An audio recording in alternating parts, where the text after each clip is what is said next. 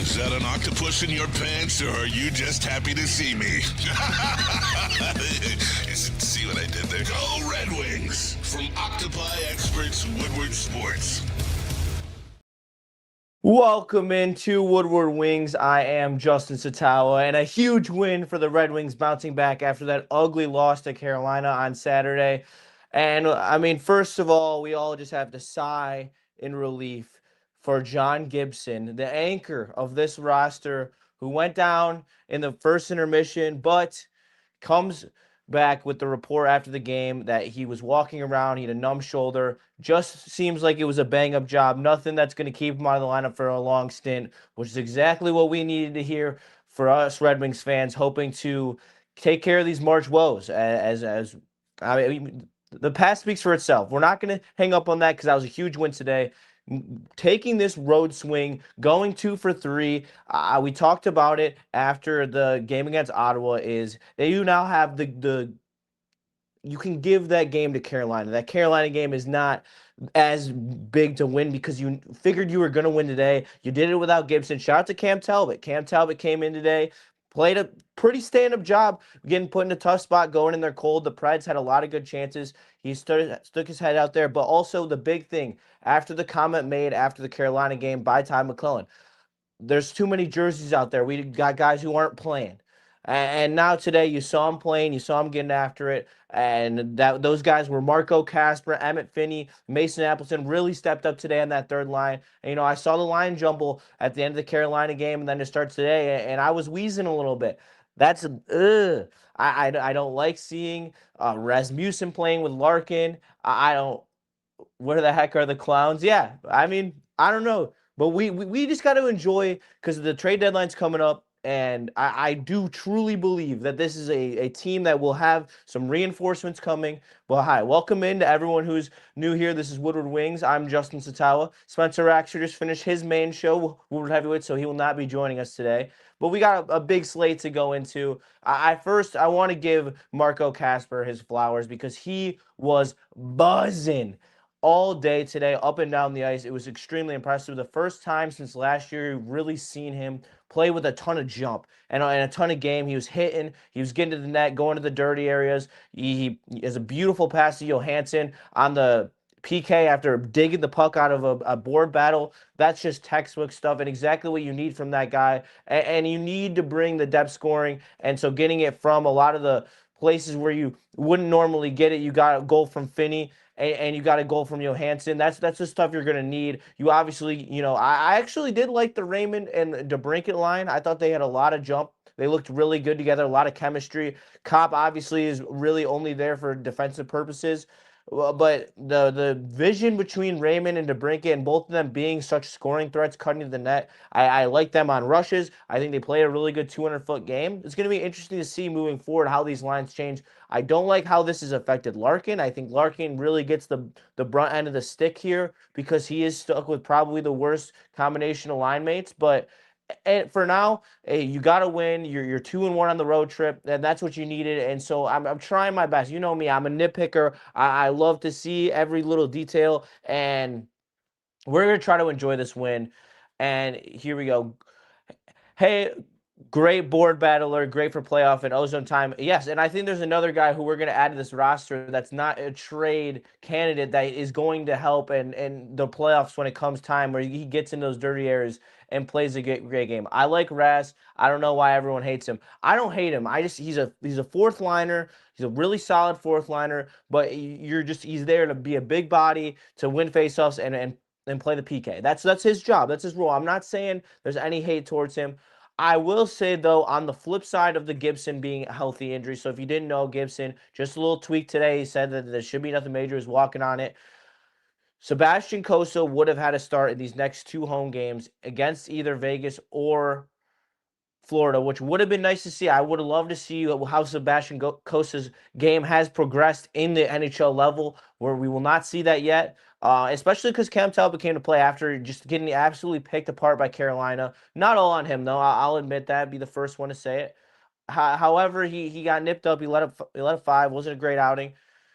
We bounced back today. He made a lot of crucial saves. and the block shots. The boys are laying the bodies on the line. I mean, guys, that's why guys like Sherratt are immeasurable when it comes to analytics, because of the fact that they just continue to play such a gritty style and just get down and block shots. We had DeBrincat, 31 goals in the year, make him another third goal scorer. Raymond, 20 goals in the year. I hope he eclipses 30 goals. I think he will. I'm hoping he gets over a point per game. He's got 26 points in the last 26 games. He's been absolutely on fire, especially since coming back from the Olympic break. I mean, I think he's a tough guy when it comes to Carolina. He doesn't have the size with him on his line to kind of make up for the fact that he is the smaller player against teams like Carolina, but teams like Nashville, where they don't have the speed that they do. I mean, you saw, I mean, it's why Finney's line and Kasper and Appleton's line kind of transcended today, is because you saw that Nashville wanted to play at a slower pace, and the Wings turn it up. And the future is bright when these guys, they already have such an ability to skate, and this is looking down in the future, the physical traits that they're going to be able to build over the next couple of years, because Finney's not a small kid, he's 6 foot, and Casper's 6'2". So I think as we get down more into the back end of their careers, and not in the back end, but as the couple year progressions happen and they're able to build that muscle the way that Lucas Raymond has, which is make him so effective. I do like where the Wings are at. Wings over 80% chance to make the playoffs, regardless of what has happened over the last few days. So it's still, it very much should happen, and I think you do need to solidify that with some moves. That's this team is showing moves. I like the growth from ASP lately. He's been showing to be more willing, being aggressive on the pucks. He still gets outworked sometimes. I think that's still a little shaky. Johansson gets out muscled as well. You need to bring in another guy, and JBD sucks. I'm just so over this JBD experiment. He's better than Gustafsson, sure. I get that. There's no one else who we can replace him in the system. I know that, but JBD sucks, and I'm done acting like he doesn't. They need to replace him. They need to have a legitimate sixth defenseman. Hamnick should be in Grand Rapids. He's not good enough to be on this team either. I like a playoff team. Like, I don't even know how much worse Hamnick is than Hall. Like, at this point, like, Hamnick is the equivalent of Hall. So at this point, neither of them can be even on your roster as scratches. So I don't know where you need to take this to move away. There's lots of options in free agency or in the trade market. The Red Wings have been rumored with this, that, every single person who is notably on the trade market, the Red Wings have checked in on. It's made it very murky for me to even talk to you about the trade deadline, because I see so many rumors. Also, like the fake accounts, those ones always crack me up. Like the Frank Cervelli and the Elliot Freeman, like the NHL analysts with the one name off. Like, they got like half the Red Wings community today with the Elias Pettersson fake trade that was Danielson, which wouldn't have been a bad trade in my opinion. Um, but if you guys have any, specific topics you want to talk about, drop them in the chat, or, trade targets. I'd love to get through it. We have a busy week ahead of you for Red Wings action. First of all, we have the Wednesday game against the Vegas Golden Knights. We will be doing our normal post game right after the game. This one was tough. Dave Montgomery Day. Spenny's locked in on the heavyweights, so we weren't able to make it happen today. However, we'll get you on Wednesday, and then on Friday morning, we will have a trade deadline reaction to what is going on at 10 a.m. So make sure you tap into that. Lots of Red Wings coverage for you guys on this trade deadline week. So I'm so excited to actually have a team that is in position to make a move, as they sit third in the Eastern Conference right now. Obviously, Montreal has 2 games in hand against the Red Wings, and they are 1 point down, so not the greatest situation there. And they are tied with the Buffalo Sabres, who have a game in hand on your Detroit Red Wings. This is going to be a rough road. I'm going to be completely honest. I thought that Buffalo was going to fall off at some point. I could not have seen them the way that they sustained success. But I saw a stat today, and I wish I wasn't using my phone to record right now, but it was that teams with a 60% point percentage at this point in the season are 98% chances to make the playoffs, and the Wings are in that criteria. So you have history on your side. The analytics are starting to get on your side. The one thing you have to fix is the 5-on-5 scoring. And if we can't find some type of 5-on-5 scoring, then I do worry about our sustainability moving towards the playoffs. Shout out to Ed. I appreciate you guys tapping in, and Patrick. You guys are the boys and the men. I'm sorry. The hockey slang, the boys. I just appreciate this community, even the women. I know there's some women that always pop into chat. So shout out to you guys as well. 5-on-5 is what makes me so nervous. Absolutely, especially in playoff situations when those goals get super tough and you need to get into the gritty areas. That's where this team struggles, and it was so great to see today that Finney Casper line going to the net, because that's one thing that they refuse to do on other lines. Like Casper literally just needs to sit in front of the net when he plays with Kane or DeBrincat or Larkin or Raymond. Like, you just need to sit there in front of the net, tip pucks, get gritty, be a force, and goals will find you. And today, Casper drives the net hard. It's just fundamental hockey. Drives the net hard. They pass to him. He puts a nice tip in that. Saros is scrambling. Saros played a great game today. Saros made so many big saves today, but when you move the puck like that and you get it off a rebound, Finney's able to have a nice bury, put it top shelf. That's what I want. Like, I want to see from that line, and I think it's promising how much speed they show. I do like Mason Appleton for the role he's in. I wish he was a fourth liner. I think that if you need him on your third line, you're not good enough in terms of being a Stanley Cup contender. Obviously, we have a little bit of a distance till we get there. We need Casper to be Holmstrom on this team. He's got to set an edge. And I've loved Simon Edvinson's play, other than the turnover today. That was absolutely awful. That led up the goal. But we're not going to hold it on him too hard, because he's bringing a presence. He's taking what he said to heart about how the Pistons play with an edge. He's playing with an edge. He has come out here today, these last couple games. He's been physical. He's been a pest. And same with, and it's rubbing off on Sutter. Sutter's been more physical. And it's not just, the beautiful the cutoffs that they have on the boards of Sutter, where he's angling and finding the player on the wall and making a nice hit to separate the puck. Sutter is finishing his checks, and that's what I want to see. I want to see more physical dominance from this team. How is Gibson? Update on Gibson. Gibson is fine. He was walking around. He had a numb shoulder during the game. He was just a little beat up. It seems like it was more of a precautionary measure to thus far.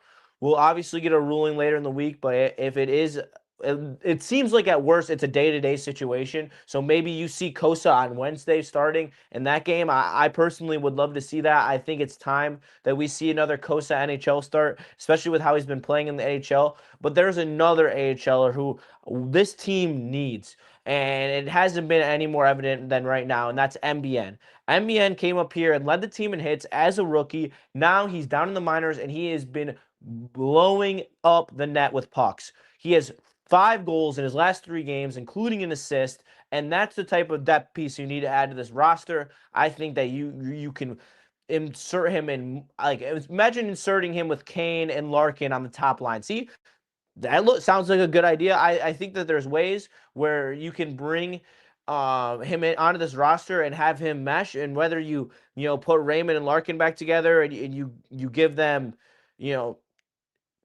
MBN as well. I think there's a lot of different ways, but I think MBN has the confidence now to be up here. He was always a physical player, and as these games get tougher, you're going to need more scores. And I also want MBN to learn more from JVR. JVR is such a source for these youthful guys who have these big bodies. Soderblom, his play has really gone downhill. I mean, he was scratched today, so I don't think that he's on the ins with the coaching staff as of right now, and I don't think that today's performance is gonna get that. But I don't know why. Like, I know Shine's up here, but why are we effing around with Shine? Like, Shine is not going to do anything. We know what he is at this point in his career. He's an older veteran. He's an AHL body, and he's great when he's a big team guy. But at the end of the day, I'm not looking for him to make that impact play like I would with MBN. Like, Shiner was the worst 5-on-5 forward today in the game. I don't know what other analytic I have to give you other than the worst 5-on-5 expected goal percentage was Shine at 0.1%. Like, that's utterly ridiculous. Like, there's no way MBN would be that bad, and there's no way that the guy who led your team in hits is going to come back on your team and not make an impact. So I'd love to see that. I think that's a very easy move you can make to improve your depth scoring in some regard. And because he's not going to be as cold as he was when he first came up, because he's been lighting it up lately. And I think that Soderblom, healthy scratch. Yep, he was a healthy scratch again. Again. So not good for him. I mean, he was playing some good hockey before the break. Seems like the break might have tripped him up a little bit.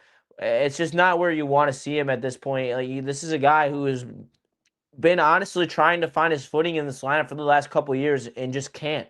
And eventually, it's like the Bergerons of the world. Like, you sink or swim? You got to find a way to get and eat minutes. And with Soderblom's build and his hands, he's got to find a way. And maybe he doesn't have enough dog in him to be a physical enforcer and really make an impact on these games. And that's what's holding him back. And that's what McClellan means when there's guys in jerseys out there.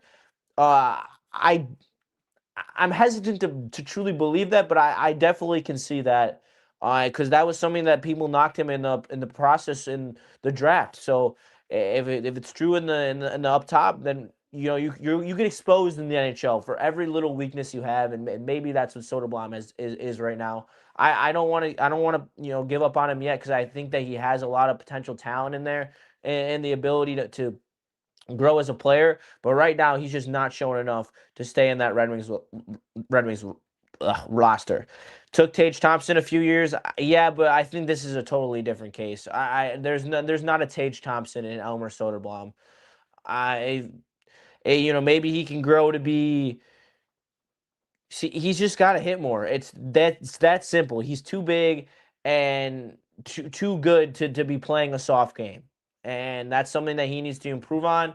And when he does, I'm sure then that will be the factor that finally puts him in the lineup for McClellan because there's no way that the guy he scratched 2 games in a row is not the guy he was talking about when we just got a bunch of jerseys up there. I'm not in the market to believing that at all. So Red Wings today, another pretty tough face-off percentage day. Also, another thing that I forgot is that Stamkos is a right-handed winger, which I said I want Stamkos. He said he's not going to leave though, but it would have been another big addition in the face-off circle. I don't think Nashville's going to sell. I really don't. Especially, I forgot it's Barry Trotz is stepping down. Doesn't really make sense for him to make splash moves that make big roster impacts on the Predators at this point. I'm now moving away from the Nashville options. I think the options now are going to be from Calgary, maybe a depth defenseman from San Jose. Obviously, St. Louis is in the mix.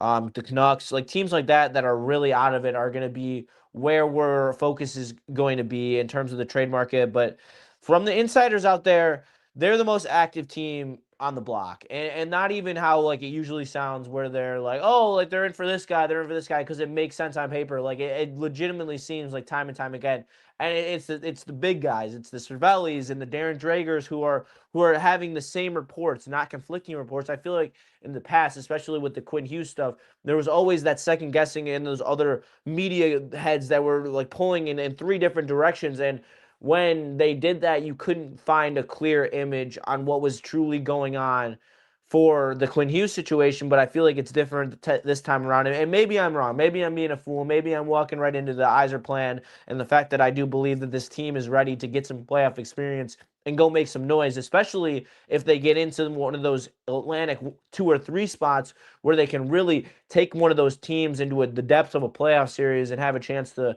advance out of the first round. But I don't even. I question now with how good Buffalo has played. Let me wrap this up into a bow.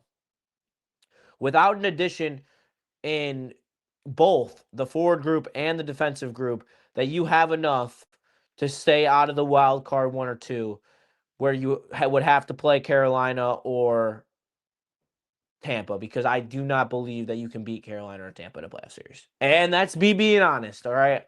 I think that you are at a critical point in turning the Iser plan by making a really solid move that solidifies you as a playoff team, which then attracts a free agent in the next 2 years. That's a big, big fish. And whether that's Jason Robertson or maybe a Chuck in 2 years, I don't know. I don't know exactly what that looks like, but you need to put yourself in position to do that, because you saw what, and I'm not saying Nikola Ehlers was the savior, and he wasn't, and I truly believe that. However, you need to be able to have a base to attract, and a guy like Jason Robertson 100% would be attracted to playing with a elite facilitator like Lucas Raymond and a gritty center like Dylan Larkin. And I think that is something that would be explored in the summer, but that's waiting to the summer. You don't have time to wait for that move. Same vengeance with the super chat, $5. Thank you so much. I feel like this team could be a quick upgrade by just trading away Apple and Rast and let Danielson and MBN come up. Danielson is still working his way back from injury. He was injured last week. So I don't think that Danielson is the answer. I definitely think MBN is. I really do think that MBN should be on this roster very soon. Do the Red Wings re-sign any of the UFAs or have a bigger cap space to spend next year? They have some of the biggest cap space in the NHL to spend. They were going to get Sherratt off of his contract, but they re-signed him. Eljo signed a 1-year extension. Edvinsson and Kasper are up for extension, or for their RFA eligible. So both of them will get the extensions. After the projected Edvinsson extension, you still should have enough to bring in a max caliber, and I'm going to use that from the NBA term.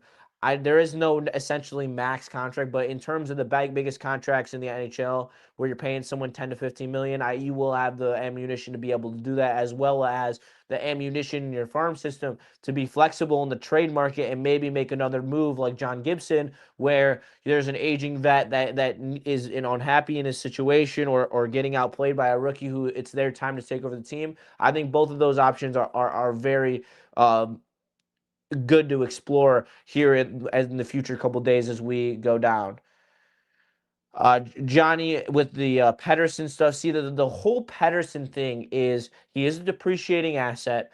I do think that he has a turnaround in him. However, I don't believe that the Wings would be willing to pay an $11 million freight. It would have to be a retain. It'd have to be around $8 million. If not, they're going to pivot to Robert Thomas. Robert Thomas is going to cost more because his contract is worth less for a very similar output. However, I'm struggling to see the Canucks find the perfect package where they can admit Pedersen off their no movement clause, because he also has a no movement clause. Robert Thomas does not. I love your takes, guys, even when we disagree. Shout out to you, St. Vengeance. You are a chat OG, always here, always holding it down. Tkachuk is not a name I would want with the Wings, just a gut feeling. I would trade so much to get Brady Tkachuk. It's exactly what this team needs. If you put Brady Tkachuk on this team and added another defense, added literally a solid 60, not even a top 40, they would be one of the best teams in the Eastern Conference just from Brady. Just being honest, like that's a guy who could change the trajectory of this franchise. And there's possibly guys in our farm system who can do the same, but I think I'd take Matt over Brady all day. That's fair. And at that point, you're splitting hairs, but I think that they both play a very similar game. I think Brady's a little more physical in his style. However, they're both. I know. Hey, Ed, it's okay that we disagree. I respect everybody's opinion here. This is a great community, and I appreciate everyone being here. Real talk. Brady has more skill. I agree with that. Rumors are that Yzerman is aggressively pursuing Elias Pettersson, and what would you feel comfortable giving up for him?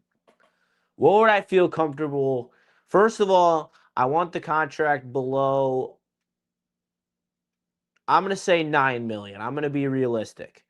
I want the contract below $9 million. I want $2 million retained. And if they do that, I want them to take the contract of JT Compher. Okay? So let's start with that. That's how I'm going to make the money work. I'm going to give you Nate Danielson. I'm going to give you a first-round pick. And I'm going to give you either Carter Bear or Jesse Kling, like one of the I might take 2 firsts. 2 picks, first or second. Well, you can flip-flop it however you want that, and then an A-level prospect and a B-level prospect. That's what I think it's going to take. Not giving up Bear. I think that Bear's a very interesting. Started the year really slow, now picking it up. We're going to have to wait and see on that one. Justin, what do you think about Austin Matthews? I think that Austin Matthews stuff is hoopla. I think that's just narrative, like mongering, and the Toronto fans just being, butthurt about losing the Olympics. I don't think there's any validity to that. I think that that is just grasping at straws. There's no way the Leafs would trade Austin Matthews unless you sent over the best trade package you've ever seen. We're talking better than the Rantanen deal, unless he forces his way out, which maybe after, but he wouldn't do that midseason. That would be an off-season conversation he would have. And maybe it does happen, but I don't think that's what this team needs. That's not a Stanley Cup winning move. That's a regular season winning move. That's, you want the President's Trophy. Yeah, that probably, I don't know if this roster though, if you add Austin Matthews, because he was one of the worst forwards in the Four Nations, and even though he was a PP merchant. I mean, you know me, I'm a big, I got the schnoz to sniff out a PP merchant, that's for sure. Bynum was hurt, also deserves a shot. Yeah, I mean, Wallander is a AHL merchant, never will see NHL ice, in my opinion. And that if that comes back to bite me, it comes back to bite me. I just don't see it in him. Him, I see it maybe he's still very raw though. Defensively, offensively, his game's pretty solid. I think that the next I think the next defenseman you do see out of Grand Rapids isn't even in Grand Rapids right now. He's in the SHL. That's Anton Johansson, who I thought was the best defenseman on their AHL team last year during the playoffs when I went to go see the Griffins play, even better than ASP or Shea or Wallander, which was very interesting because I didn't know a lot about Anton Johansson. I'm not going to lie. I watched some film in the Swedish league, but also the Swedish league is very hard to get a real feel because of how big the ice is. But I think that's a guy who I am expecting to make his way on the Wings roster in the next 2 years. Absolutely. Wings need another defenseman, right? Yes, like water in the middle of the Sahara. Lombardi has been slowly getting traction. Might be a time to sell high. I just don't think that he'll ever crack the lineup. Unfortunately, he's a very good playmaker, but he's small. He's got to play in a top six role if he's gonna play in one. And yeah, he is a guy that you probably want to explore trading. Couldn't watch the game today. How was ASP? ASP is looking more confident while carrying the puck. He's getting down more into the attacking areas as a defenseman on the walls, on the half boards, and in the slot. I like seeing that from him, as well as carrying the puck on the neutral zone breakout. He had a nice play with Kasper today where they kind of did a little give and go. I think he's getting comfortable with doing it. I don't know if he'll be fully comfortable this year, but I believe with time and more training in the summer, where he'll probably be training with NHL guys the entire summer, where I expect him to take a big leap in that regard next year. This year, I think anything you can get out of him offensively is so big because you are desperate to have some 5-on-5 scoring from your defenseman. I'd like to see a strong center to pair with Larkin. Oh, so bad. If I think that's why I think if you like adding Robert Thomas really like makes an interesting lineup combinations for you or Pedersen. I mean, I'm not gonna discredit Pedersen either. I think Pedersen's a very good match with the Brinket. I think you would see a return to at least 80 point per game production from Pedersen. He's a very good facilitator, like a lot of Swedish guys are, and obviously DeBrincat can put the buck in the back of the net. Be a great way to bridge your way off of Kane, because I can tell you what, Kane's not worth $5.5 million. I don't care what you guys tell me. I said that to you all off season. Everyone didn't agree with me, and now he looks like the shell of himself that he has been for the last year and a half. And it sucks to say because I love Showtime. He's the man. He's the best American-born player, but he's not built to play an 82 game season anymore. He's a gun for hire. He's a power play, reliant player. I think that he really hurts Larkin out there when he's playing with Rass. I think he's very good at the only thing that he is still elite at is passing, and that he is very good at throwing with his vision. But other than that, his game is lacked to a point where it's getting tough to see, and I don't want to see him in a playoff game. That's for sure. Brendan Schneider from New York would be good. I love that move. He's young. He's still got some room to grow. He's on the bigger side. McDavid with Larkin would be great. I would love McDavid. If you could pick between the two of McDavid and Matthews contracts expiring 2028, which one did you want? McDavid by far. I do not want Matthews. I don't think that's going to be worth it because also his back. I don't know how sustainable his back is. Missed the game 12 noon on a Monday. Yeah, absolutely brutal. I think that the NHL needs to focus a little more on growing the game in the United States versus growing and Canada. Honestly, well, I don't know if it really needs help growing in Canada, but the United States needs it more the growth than the Europeans. I'm sorry. No offense to any Europeans if you're in the chat. And shout out to UK Red Wings fan on Twitter. He's the boy. I talked to him. I reply to his tweets every once in a while, but yeah, not big on the 2 p.m. game, especially on a Monday. That was really weird and kind of threw wrench my entire day. McDavid would be my dream. Absolutely. They did because it was shown in Europe. Yeah. Where was the Friday night post game? There was no game on Friday. There was a game on Saturday, and I went to the Western Michigan North Dakota game. Spenny had birthday party. I'm not gonna lie, guys. I kind of knew what was gonna happen. I was not feeling confident going in that Carolina game, especially like another like NHL schedule screw job. Like why are we flying from from Ottawa to Carolina without stopping for a home game in Detroit? That makes no sense. And so haven't really got to go to a lot of Western hockey games this year because of my own hockey. So number 3 North Dakota versus number 4 Western Michigan. I had to go and take my chance, be a part of the Lost and Lunatics one last time because that's one of the last home games that will ever be played in my college career. So I went and enjoyed that overtime winner by Owen Michaels. Shout out to him. Good friend of the show. Did an interview with me and did a bunch of stuff for me with the national championship last year. So shout out to Western Michigan and the Broncos because they deserve it. And it would be absolutely electric if Michigan, Western, and Michigan State all made it to the Frozen Four and we're able to see some matchups in playoff hockey. I think that'd be absolutely sick. Europe made us watch the gold medal game at 8 a.m. That's a great point. Why would we let them watch the NHL in primetime? Great point. I appreciate you so much. Oh, that's a tough name. I'm gonna try it. Mashiv Ilstuago. Thank you so much. Appreciate your comment. From what I understand, the current Wings offer that is on the table for Pettersson is Danielson, Dmitry Blichkov, and the 2026 first, and the Canucks retain 60% of. They can't retain 60. They can only retain 50%. So maybe you typoed. I don't want to assume, Jesse. I appreciate you for tapping in. I think that's a really good deal. As much as I love Blichkov, I still question the fact if he ever comes over here. I do love him a lot, but I do think this is a very fair offer, especially if they take 50% retain, which brings him down to, 675 a year. Ooh, see, that's a steal. See, I'm fine paying that high of a piper if you're going to get that big of a return. I think that return is so worth it. You get floor 70-point center. He's not the best on faceoffs, so you're going to have to go find another guy who can win some faceoffs at some point in the next couple of years because you do struggle in that regard. You lost a ton of faceoffs today to Ryan O'Reilly and Stamkos. But I think that's an offer I'd really be considering. Like, that's a guy who has a 120-point season in his career. Like, that's something to be said.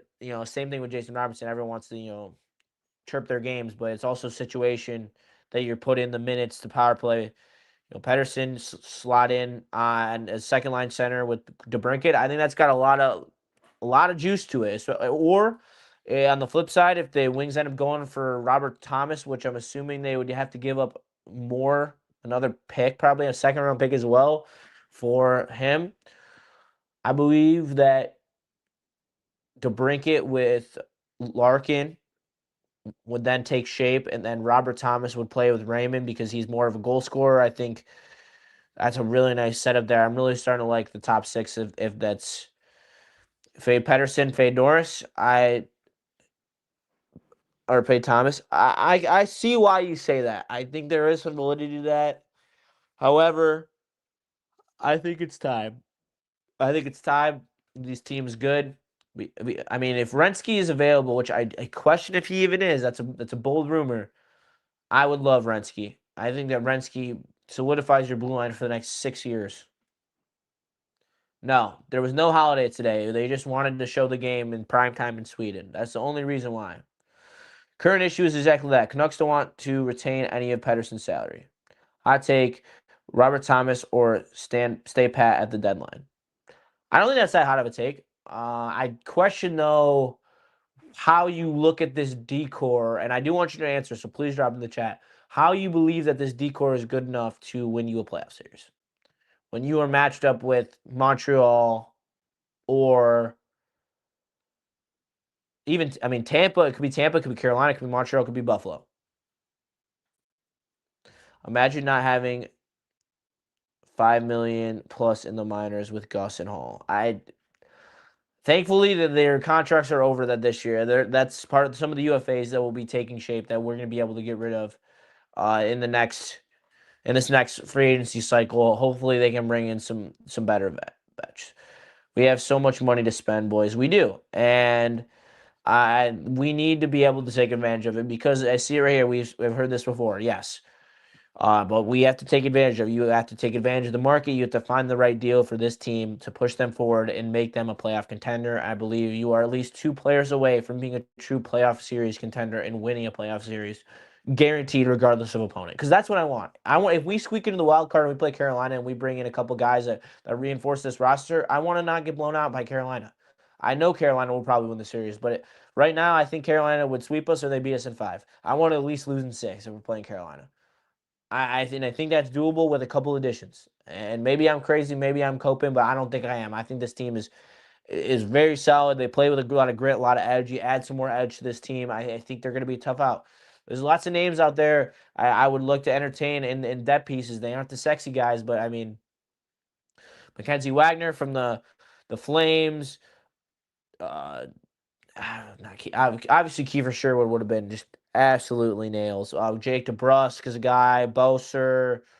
Garland. There's lots of players out there who could make an impact here for Stevie going big or not going at all. I think that could be fair. Someone interested to me is Trevor Van Riemsdyk. Cervelli reported that the Caps might be looking to move him.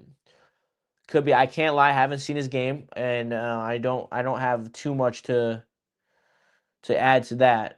But I think that the connection is there. Will they actually pull the trigger? Maybe. They need help on the DN. They need some more physicality back there, and they need some physicality offensively. I think bringing MBN up helps, and I think that excuse me. I think bringing up MBN helps, and then bringing another guy will really. All right. So did not get Jeff. I appreciate you. Hopefully you can drop a comment. If not, we're going to move on. I'm going to try to think here of what I want our playoff lineup to look like. So centers, I want it to be Larkin, insert name to play 2C, Cop, Rasmussen. Okay. Wings, we have Raymond, DeBrincat, Kasper, Finney, MBN, Kane, Van Riemsdyk, Appleton. Appleton, Van Riemsdyk, Rasmussen, bottom line. MBN, Larkin, Raymond, 2C, DeBrincat, Kane, Kasper, Finney. I blank, but you get the vision. You get the vision there. D, Edvinsson, Mo, the staple, obviously. Insert second name, Sherratt, Johansson, ASP. And you flip those with however McClellan sees fit. That's what I think this lineup looks like going into a playoff series and is able to compete in a playoff series. That's what I think. You think, oh, dude, if we could get Scheifele, dude, I would be so happy. See, that's a name that I think could be interesting as well. If they're able to, I don't know if the Jets are going to be willing to move off him, though. Yeah, Eisman definitely wants guys with term. Absolutely ice fishing. I definitely agree. I think there's a great chance that Compher is traded. Steve tries to rework the bottom six a bit. Maybe he goes to Vancouver in a package for DeBrusque. I think that's very, very possible. I really think that, and if they trade for someone with a lot of salary, they'll trade Compher to make it work. Because I think you can lose Compher under PK and be fine. Because you still would have Kasper's been playing well in the PK. Larkin will play the PK in the playoffs. He hasn't been doing it that much, but he'll definitely be playing the PK in the playoffs. Kasper, Rasmussen, Kopp. Yeah, that's fine. I'm comfortable with that. Who do you want as your playoff goalie? I would like to see Costa get a couple games because I don't necessarily want Talbot to even get a start in the playoffs, but I think Gibson will start almost every game. I think he'll be a true one going to the playoffs where he will maybe start one day or just to give him a rest. I don't know. Well, it'll be interesting how they handle that series. But I do think, especially with the extended rest, they have 2 or 3 days off between every single game. We've seen Gibson start 7 games in a row in that situation. So Augustine, there's no chance Augustine will be the goalie for the playoffs. If anything, it will be Kosa. But I don't even think it will be. If McAvoy's available, I would trade the farm for him. If not, Thomas, go for Kyrou. I think Kyrou would also be an interesting match on that first line with Larkin and Raymond. I think that he would be the goal scorer they need. But there is a clear another alpha goal scorer that needs to emerge outside of DeBrincat. In my opinion, we just don't have enough alpha goal scoring. But thank you guys for tapping in. That's going to do it for us today. This has been Woodward Wings postgame show. We will catch you 2 more times this week. On Wednesday, we have the Red Wings Vegas Golden Knights postgame show, which should be electric.